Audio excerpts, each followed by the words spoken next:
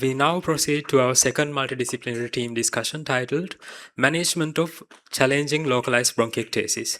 To lead this discussion, may I invite Dr. Lakmini Disanayaka, Consultant Respiratory Physician, National Hospital Kandy, to kindly come forward and take a seat on stage. Over to you, madam, to moderate this session. Good afternoon, everyone. Welcome to the round 2 MDT meeting. Bronchiectasis is a rare disease managed by single specialty.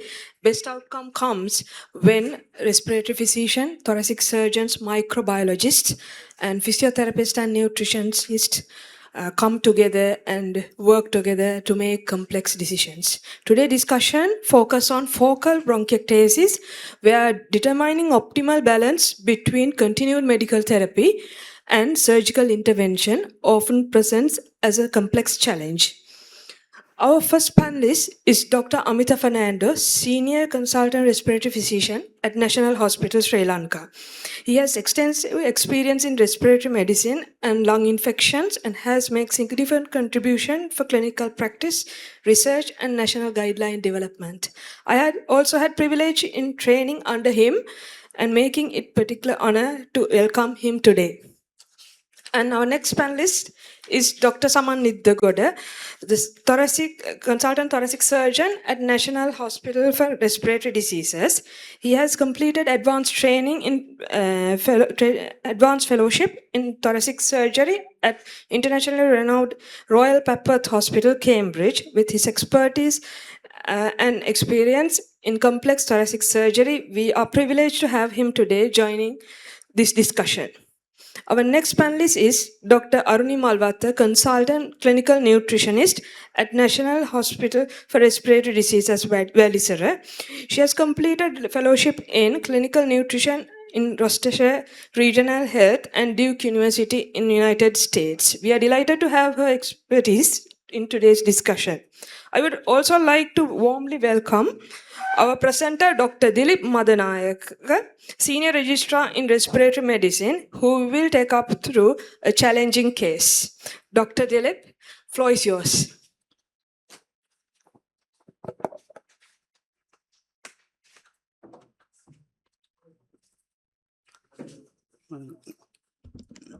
Good afternoon, everyone. To make a small correction, I am a senior registrar in thoracic surgery. So, our case is she's a 43-year-old school teacher with past history of pulmonary TB about like 10 years back. She didn't have any other risk factors like smoking, and she's a non-diabetic and was on oral hypoglycemic agent. And she was managed at a base local hospital level by a pulmonologist, and for a history of chronic productive cough, it was there for more than 3 years, and persistent distributed production despite continuous medical treatment, and had a history of recurrent chest infection like 45 episodes annually, sometimes requiring hospital admissions as well, and had also had none of hemoptysis, but not a very significant one. She didn't have significant dyspnea, and medication-wise, she was on regular inhalers with bronchodilators and steroids. So she was referred to us because of this poor responding to medical treatment. On examination, she was an averagely built patient without like she didn't have any dyspnea on and she didn't have clubbing, and there were some crepitations on the right side, middle and lower zones, and air saturation was normal with 96-97%.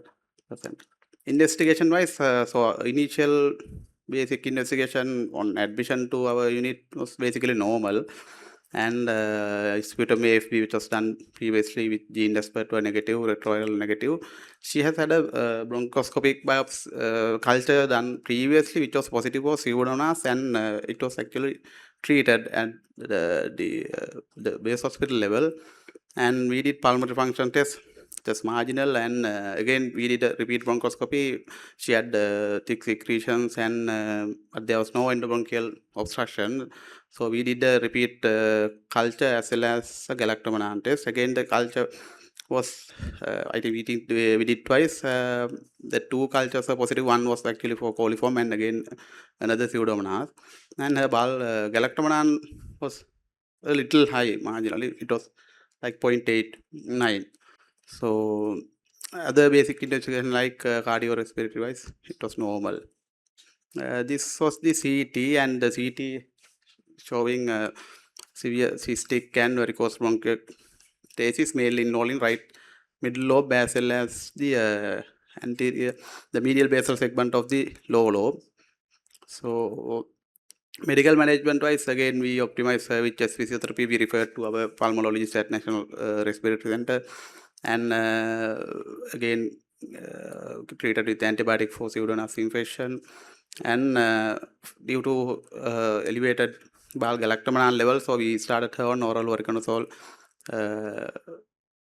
200 milligram BD. And but despite the medical treatment, she continued to have, like as I said, recurrent infections.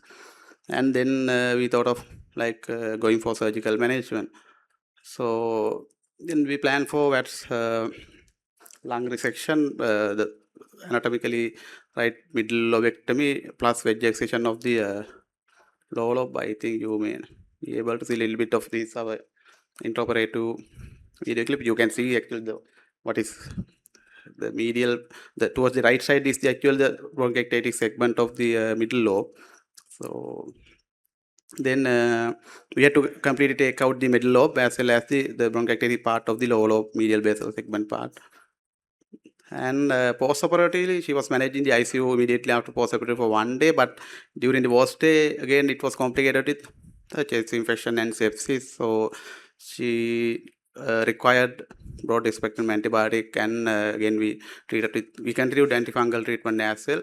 And antibiotics continued for like 2 weeks, and then she became normal and X-rays. And although we actually did again repeat HRCT also, that was normal after some time, and then discharged.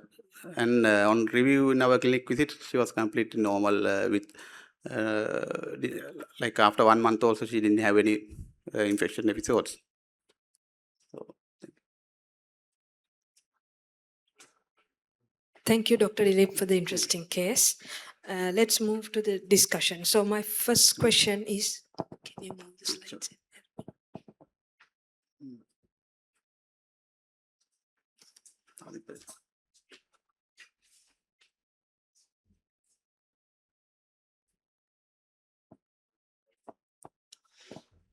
So my first question is regarding the focal bronchiectasis. Are we confident that this represents the focal bronchiectasis?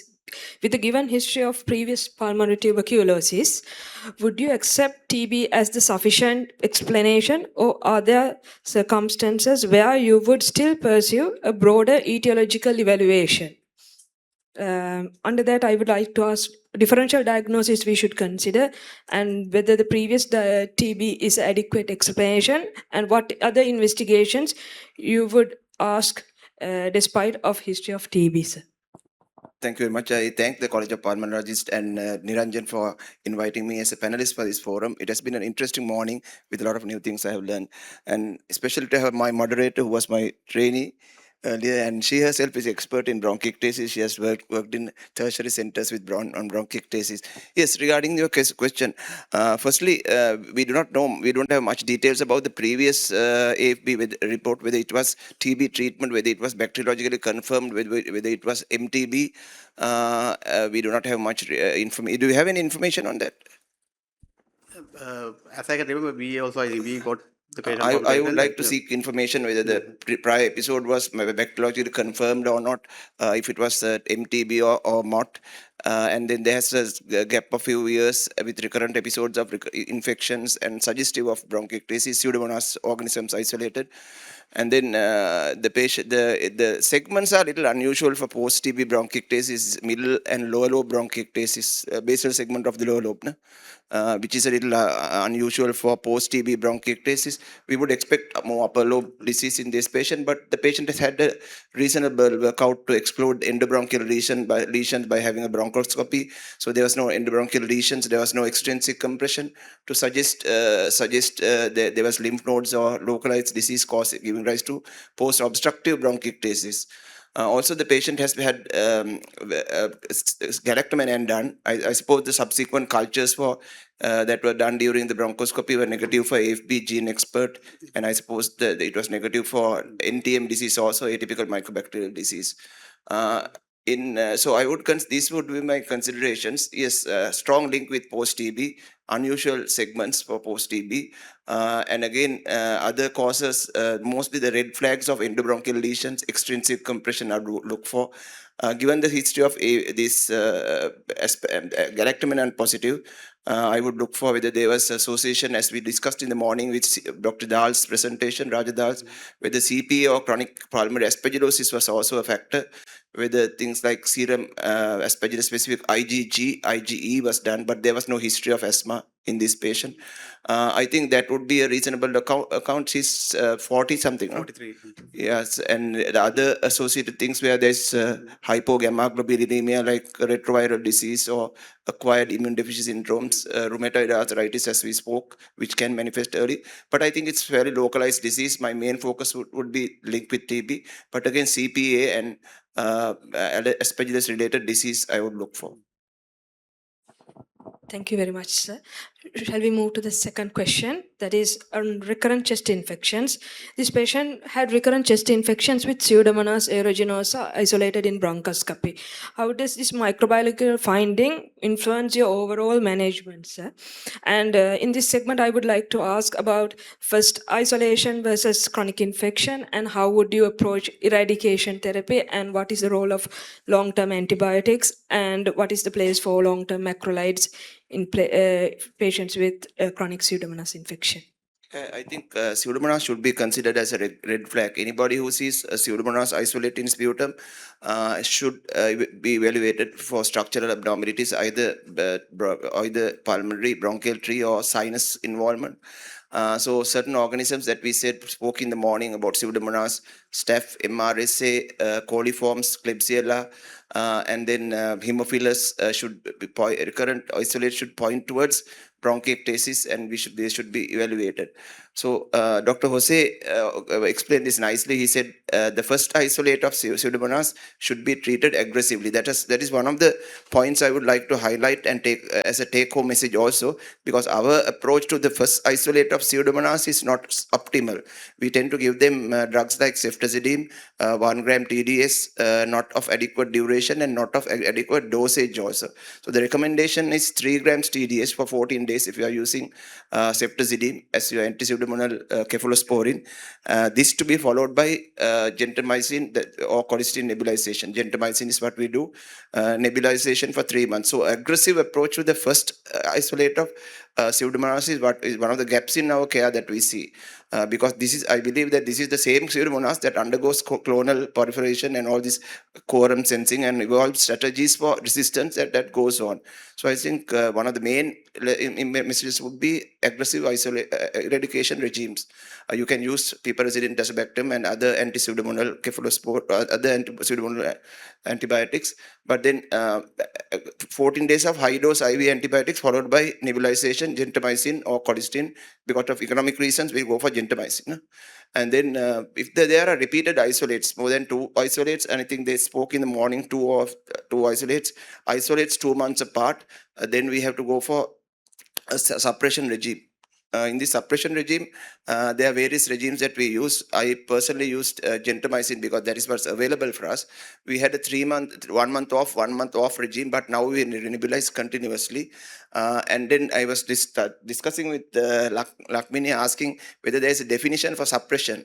We couldn't find any definition for suppression, but clinical criteria, your FV1, we discussed the merits of the BSI.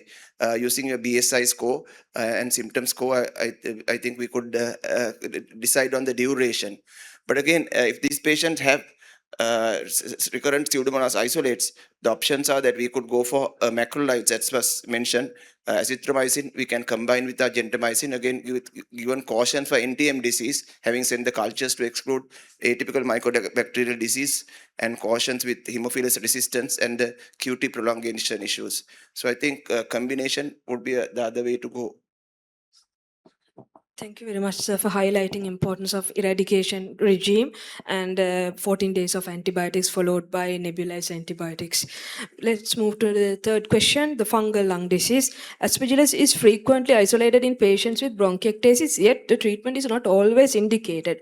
How would you distinguish colonization from clinically significant Aspergillus disease? In this segment, we would like to ask from you clinical, radiological, immunological features of distinguishing ABPA from CPA and invasive fungal disease, and additional investigations you would request in such patients, and what fungal therapy you would recommend, and also what is the, if the patient is going for a surgery, what is the fungal therapy regime you would advise on pre-operatively and post-operatively?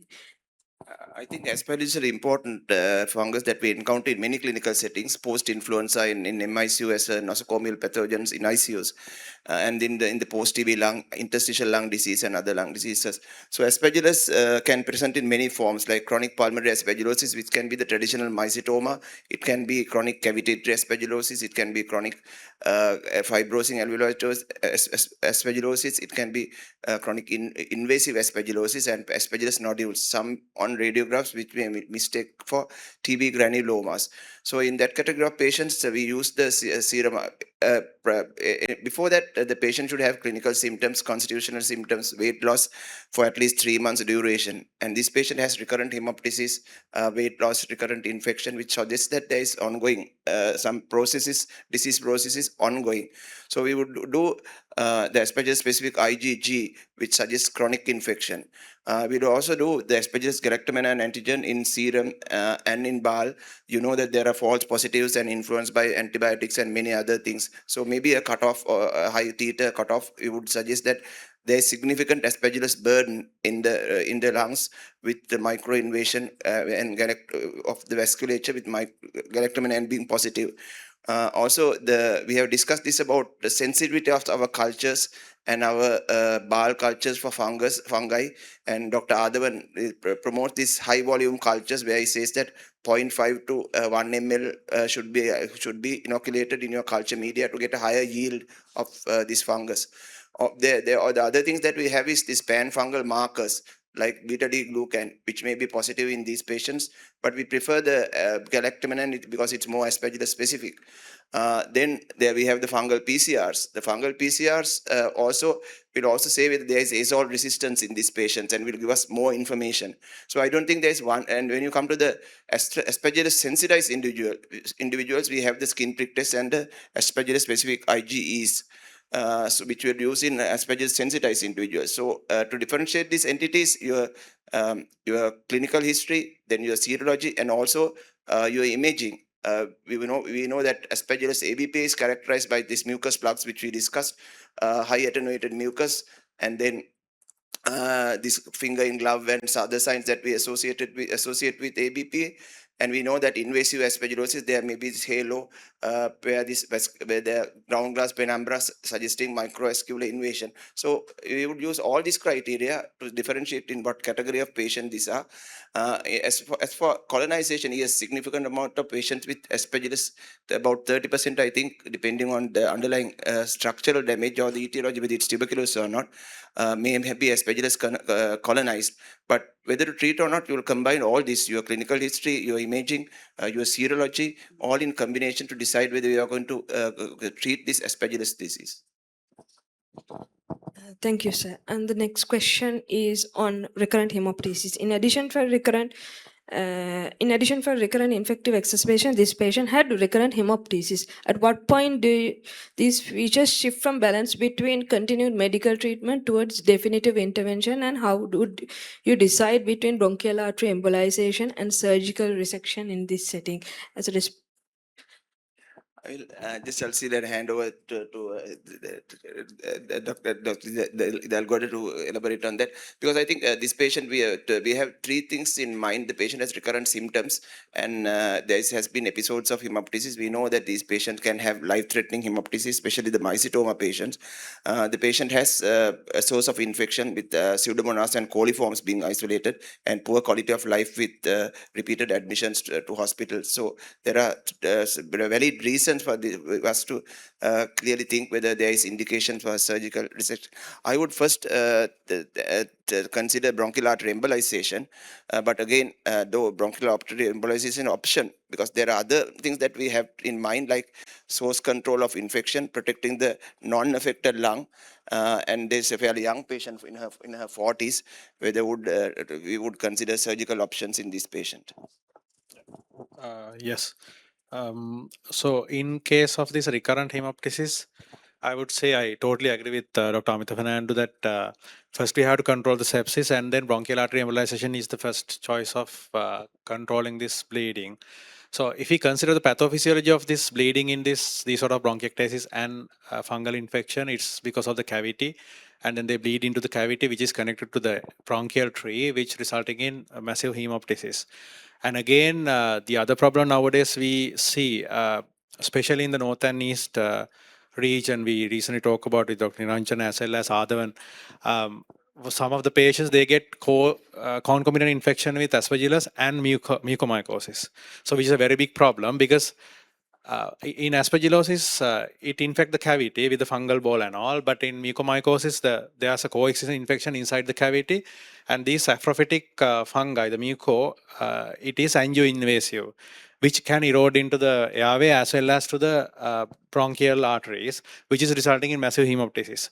So in such instances, especially in the periphery, if the bronchial artery embolization facilities are available, that should be the first option if the interventional radiologist is happy to go ahead with this procedure, because there's the nearest thoracic surgical center would be either Karapitia or Valisara to do this surgical intervention. So I totally agree. The first option would be the bronchial artery embolization and control bleeding, and then give tranexamic or whatever to control the bleeding episode. Then treat the sepsis as soon as possible. If it is not responding, refer this patient to at the point of this hemoptysis, discuss with the thoracic surgeon who's on call or the available one to have a surgical plan, because most of the time they end up at Valisara, and sometimes doing a surgery in a massive hemoptysis patient is very difficult. And again, if a patient develops hemoptysis, even with bronchial artery embolization, it might not stop. So in that scenario, one option is discuss with the anesthetic team and put a double lumen tube, and then isolate that particular side of the lung, and then protect the good lung, and then discuss with the thoracic surgeon in taking over this patient to Valisara, because we can do surgical intervention in a controlled environment. So that would be the best scenario, I think. Thank you for highlighting very important point. And the next question is surgical intervention in bronchiectasis.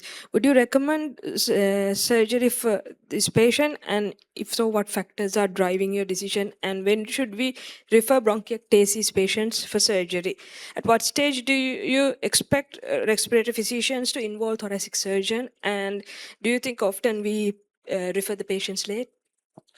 Yeah, I think it's very important. In fact, like having this webinar series like this is very, very good, because on the first time I heard it in the SLCP Council, I warmly welcome these sort of things, because what we feel is like bronchiectasis, for a long time, Sri Lanka is a country where the TB is endemic, and then we are having a lot of TB bronchiectasis patients. And I think recently we had a chat, someone Malis here at the back rows, and then when we were walking in the corridors in Valisara, someone Mali, myself, and I think Janaka was there, and then Bodhika was there, then we were talking about, okay, there are a lot of patients presenting with bronchiectasis following TB episodes.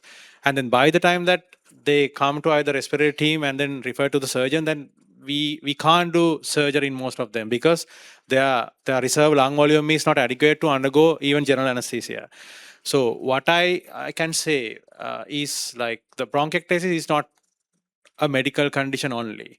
So bronchiectasis is a surgical condition also. So what I can suggest is if you can refer the patient early as much as possible, that will be the best option. So if you see a patient following TB and TB bronchiectasis or whatever other condition precipitated this bronchiectasis, try to refer this patient as early as possible to a thoracic surgeon, whatever the on-call surgeon or a specific clinic. Because I think our president, Dr. Handagala, the senior consultant thoracic surgeon, he will agree with me that we are trying to develop a performer for the bronchiectasis patients, especially for the surgical referral, which it has only a single page which included all the information. I think soon we will be able to submit it to the council and then send it to all the units. So then you can refer these patients early. But that doesn't mean we are going to operate on these patients soon, but then the patient will be followed up at surgical clinic. So that is the message I can give in this webinar. That is the most important message.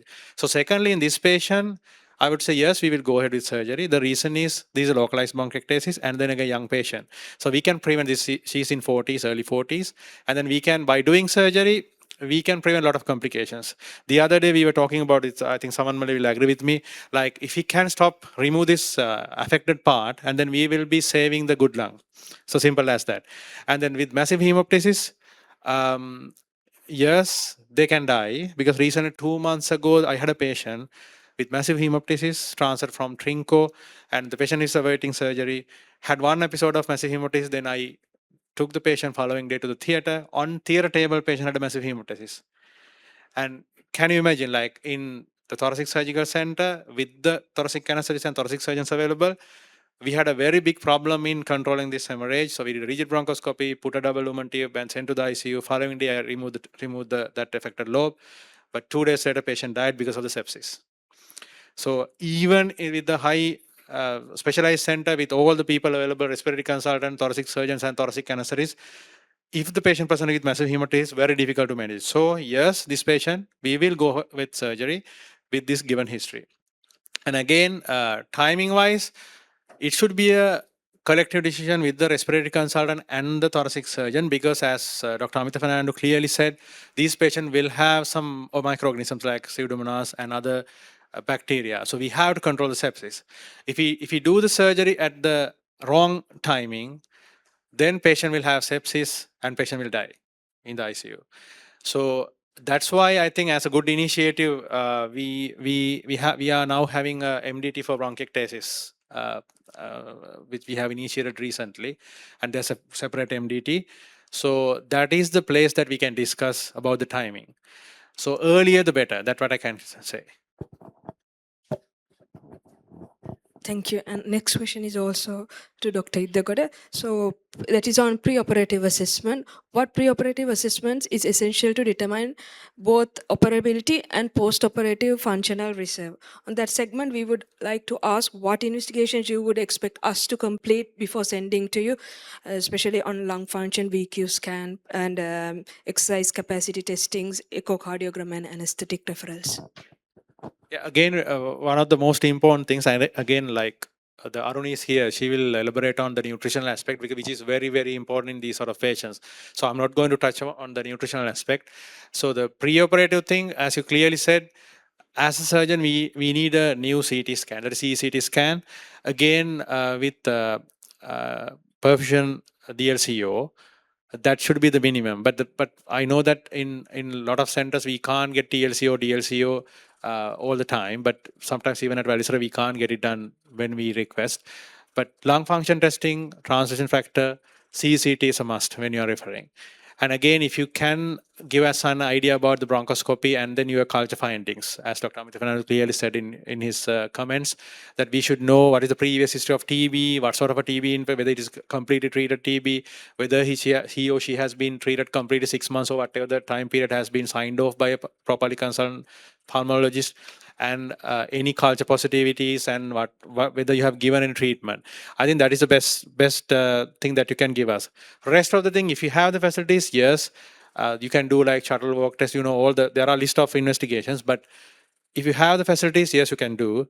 But minimum would be CT scan, lung functions, VQ scan if it is available, and in selected number of patients, if you can do CPET, that is very good. I can't say each and every patient should undergo CPET, because even in UK we don't request CPET in each and every patient. Only maybe like if we operate on 100 patients, maybe we request for 5 patients. But in bronchiectasis, especially the other day when we discuss with NHRD consultants, these patients presenting late, so then we don't know how these patients will tolerate, because of the lung is destroyed in both sides. So in these patients, they might need a CPET. So selective patients, CPET is a good thing. And if you can do ordinary ABG, and then we can have an idea of the lung function, the functional status of the lung. Because lung function testing is very objective thing. Some people, they have very good lung function, they have very bad lung function because they can't perform it very clearly. But if you can do a ABG on air, and then with oxygen, the patient is on oxygen, then we can have an idea, okay, what is the functional status of this patient. So I think that should be the minimum if you are sending with the investigation. And echo, if you can do all this investigation, that would be great. Then we can escalate quickly to do surgery. Thank you very much. The next two questions will be directed to Dr. Amita Fernando and Dr. Idagoda. This is about optimization prior to surgery. So what constitutes optimal medical management before referring this patient with focal bronchiectasis for lung resection? Has medical therapy being optimized in this patient? In this segment, I would like to ask from Dr. Amita Fernando about airway clearance, infection control, bronchodilators, inhalers, pulmonary rehabilitation, nutrition we'll be discussing separately, and then about smoking and vaccination. And also at the same time, I would ask from thoracic surgeon about thoracic surgeon's perspective, what level of medical optimization would you expect before accepting a patient for resection? I think, thank you, Lakshmi. I think some of this we already discussed. One of the concerns that there was, this patient was on high dose steroids, fluticasone, salmeterol, in thing. So one of the messages that we should be giving it, and it was spoken of in the morning also. Dr. Dhala also emphasized this, and other speakers, that only certain patients with bronchiectasis, this eosinophilic phenotypes or ABPA, will we give steroids. Inhaled steroids can cause the propagation or microinvasion of fungal diseases, and it also can be harmful in a patient with a prior history of tuberculosis unless there's a proper ground. So looking at blood eosinophils, looking at the other factors would be paramount in these patients. So we talked about nutrition. Aruni will speak, and then Dr. Idalgod already said that what he would expect as an initial assessment. So again, physiotherapy, active cycle breathing, and we use these bubble PEP devices as surrogate for this acapella and other very expensive and complicated valves. Then mucoactive agents were spoken about, of hypertonic saline, mannitol, things like that. Vaccination, pulmonary rehabilitation, those would also in our protocol of managing these patients. And prior treatment, we spoke about pseudomonas and eradication and perioperative management in these patients who have already isolated. We have isolated pseudomonas and coliforms, and starting them on itraconazole or voriconazole because the patient has galactomannan positive, but that is not the sole indication. If we had access to other investigations that I mentioned, like specific IgG and the fungal PCRs and things, it would further enhance that this patient probably needs to be treated adequately with antifungal treatment, because we had a nice workshop. I think Primali organized a workshop. I think Dhammika spoke there, and then about fungal spillage and the mortality issues that the surgeons had prior, before these initiatives are taken. And he said the nice stories about how you were there? No, yeah, he was there. These things that they have adapted, like using bags and things to minimize fungal spillage. So those, and then post-operative we can talk later. I think we'll give Anurin a chance to talk.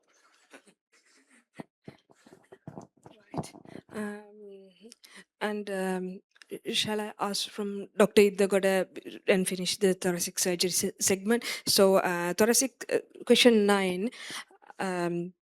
What operative strategies would provide balance between disease clearance and preservation of lung function? Question 9. And whether it VATS or thoracotomy, lobectomy versus anatomical segmentectomy versus wedge resection, and complete removal of all bronchi segment, is it possible? And does previous TB increase operative difficulty? We would like you to enlighten us on those aspects. Yeah, that's a good question because there was a time that we do wedge resections in localized bronchiectasis, but I think Mr. President Handagala sir will agree with me, like, because being one of the main centers that we do bronchiectasis surgery in the country, that is only center, and then maybe I mean we do a lot of cases in the region with regard to this bronchiectasis surgery. Initially there was a time that we did lung wedge resection for this localized bronchiectasis, but nowadays there are 5 thoracic surgeons practicing in the country. We don't do wedge resections. We do anatomical lung resections, either segmentectomy or a lobectomy or sometimes bilobectomy. And yes, we have done pneumonectomy also in some destroyed lungs. Yes, we do wedge resection, like in a scenario in this patient. We did a middle lobectomy and then there was a basal segmental region. Again, there's a focal bronchiectasis. Yes, in that case, we can remove that part by doing a wedge. But standard practice that we use at Valisara by the thoracic surgeons in Sri Lanka is we do anatomical lung resections. No longer we don't practice wedge resections because with the time, for the past 5 to 10 years, with the experience we had in our center, we know that if you do a wedge resection, there will be a recurrence starting at the resection margin, the stapler margin. So now we don't do a wedge resection unless it is really indicated. So the answer for that is anatomical lung resection is a must. So that is what we practice in our country. I don't know about the previous the other countries and all, because the experience from our centers is we can't compare it with the West because we are the one who's doing a lot of bronchiectasis, lung resections and all. So that is what we practice. And again, things to add for what Dr. Amita Fernando said. The optimal timing, what I would say, now we have started rehabilitation clinic at Valisara, and Samanmali has started it, like, I mean, everybody's doing it, but she now is trying to develop, like, dedicated place for this rehabilitation. So there was a time that at Valisara, when Dr. Varun Karnath and Dr. Handagala, they were the senior surgeons there, when none of us were there was a time that we don't operate on a patient unless the respiratory consultant cleared this patient, that this patient can undergo surgery, and the chest physiotherapist has to say, okay, this patient can undergo surgery. So that is the best timing. Then surgeons take over the patient, and then we evaluate by ourselves. That is by doing a bronchoscopy, putting a sputum volume chart. We do our own bronchoscopies and check whether the sputum volume is okay to undergo surgery. Then do a CT scan and try to do an anatomical lung resection. That is the ideal scenario. We have done that thing at Valisara, but due to various logistic issues and all, for some time we couldn't do it, especially the chest physiotherapist. Now only we have one, I think only 2 or 3. So we can't give a prior service now that they have given previously. But that is the ideal scenario. Chest physician should sign off saying that, okay, this is good for surgery. Then physiotherapist, then surgeon see after signing off. Now we are adding the nutrition. Our consultant nutrition, Aruni, she is doing a very great job. We prior asked her to optimize the nutritional condition of the patient, and then post-operatively. Since she has come to our center, I'm not like, because you are here, I'm not saying this because she's looking after some of very, very bad patients, like some esophageal problems, some very bad cachectic patients that we have done surgery, and the outcomes are superb because of her.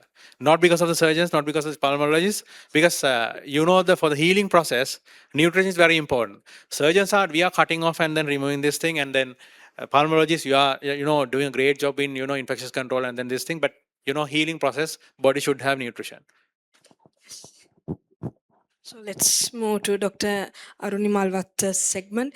So question number 12, Dr. Dilip, question number 12. How do you screen for nutritional risk? How do you assess whether the bronchiectasis patient is nutritionally fit for thoracic surgery? What screening tools routinely used? Is BMI alone is sufficient? How do you identify sarcopenias, and what laboratory tests you would request, and whether chronic infection alter your nutritional assessment? Over to you.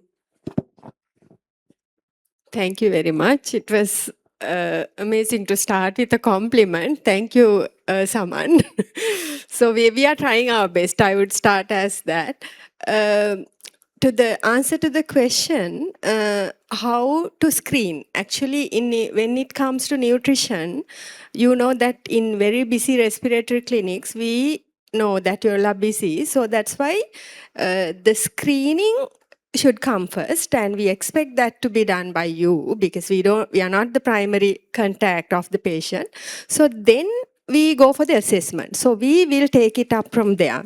So the nutrition screening will have only 3 questions: whether there's an appetite loss, whether there's an weight loss, recent weight loss, and whether the BMI is very, very low.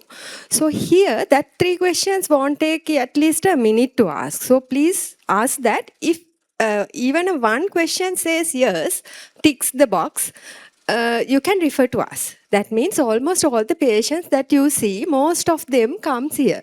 So then we start with the nutrition screening assessment, where it will have a long list, but we try to elaborate on that.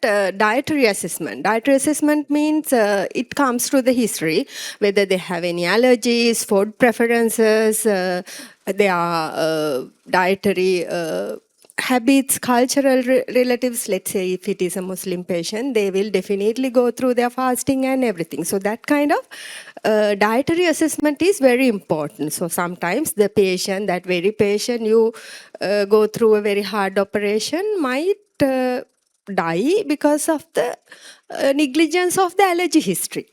At some point after day 3, the patient will be given something allergy. So these are asking the proper nutrition history is important. So that is the dietary assessment.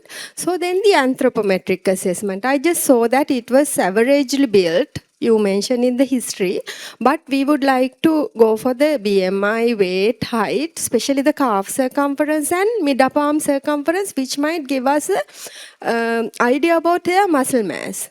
So sometimes patient would be looks like averagely built, but the calf will be really less than 31 centimeter in female and 34 less than 34 in males, means they don't have enough muscle mass.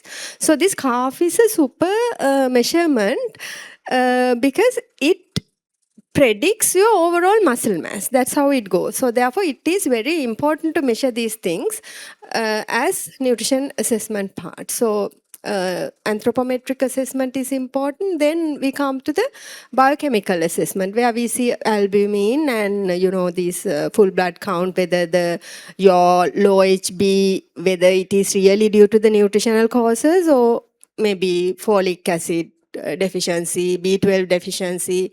If you are not happy with the HB value, we go for the blood picture and then we just clarify over that. Then only we can treat. Also, the biochemicals that are very important is calcium, magnesium, phosphate. We do. Unfortunately, that's what all we have. So in different countries, other countries, we do check zincs and all the big micronutrient panels, which is not available here. But what we have is okay, we do with that. And then clinical assessment.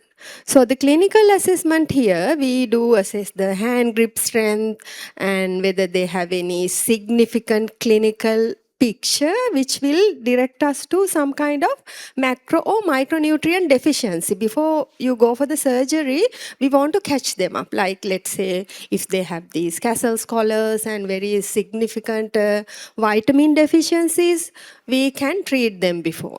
If they're having rashes, which will direct us to the specific these things. So that's how the nutrition assessment should really be.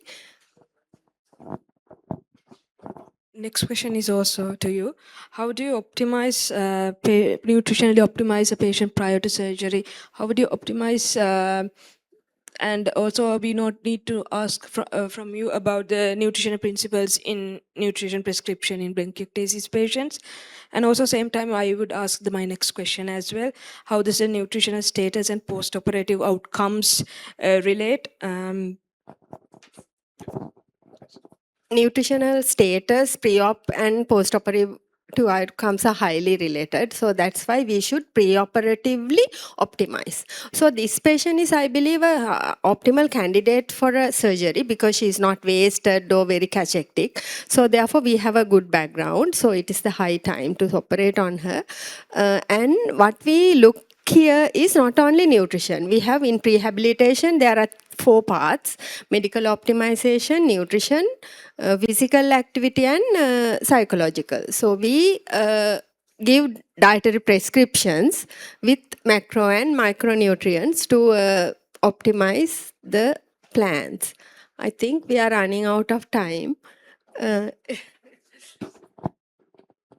We are coming to the last segment before concluding about the long-term management after successful surgical resection. Does the role of respiratory fixation end, or surgery is simply one component of long-term bronchiectasis care? Over to you, sir. I think I read a little bit about this, whether the pathologist has a role to play in this, and resection margins and the things that I was asking him.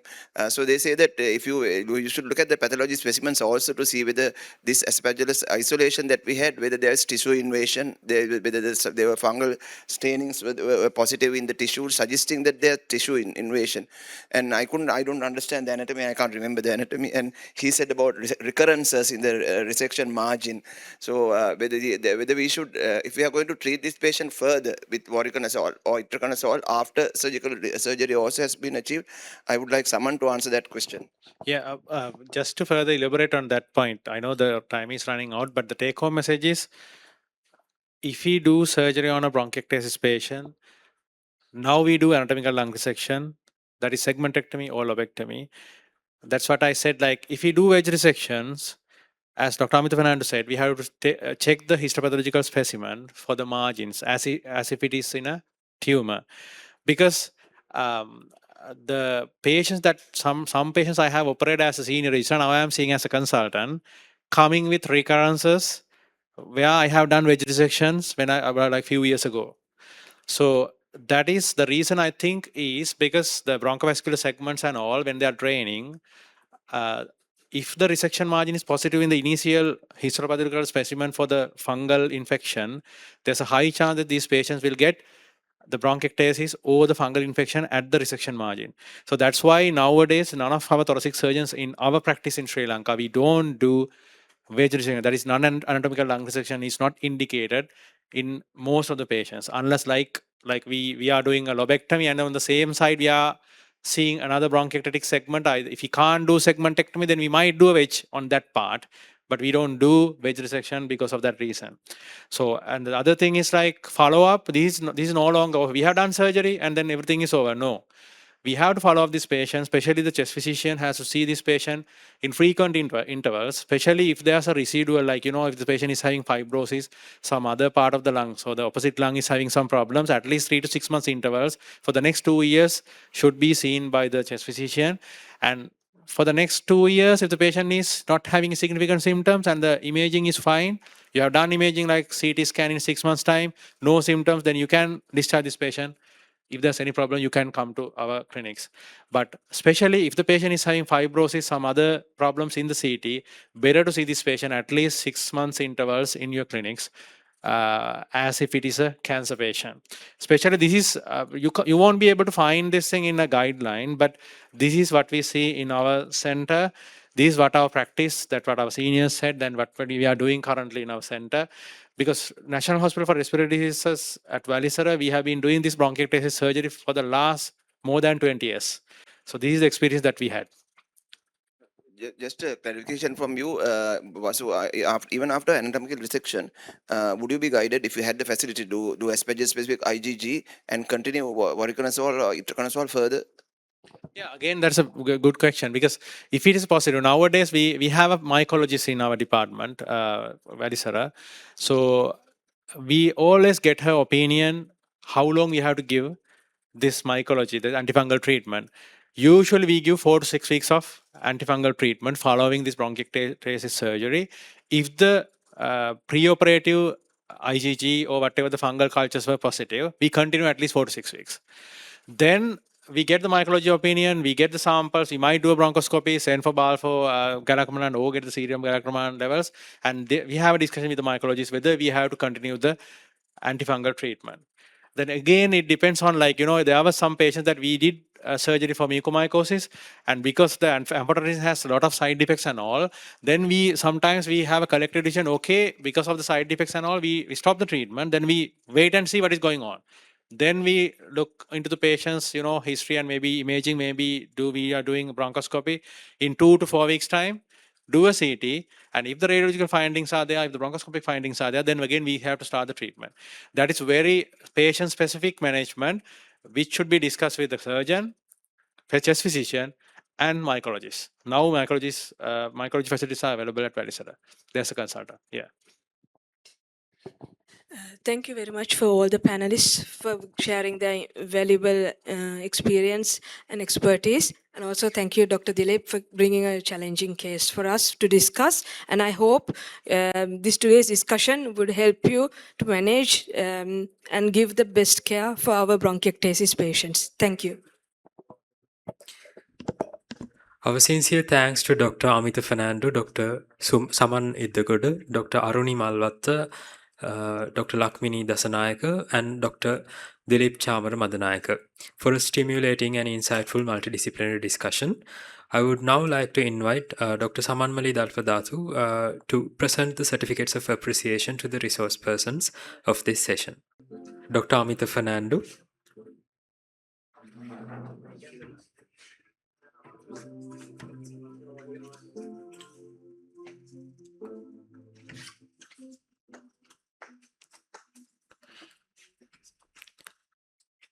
Dr. Saman Iddagoda.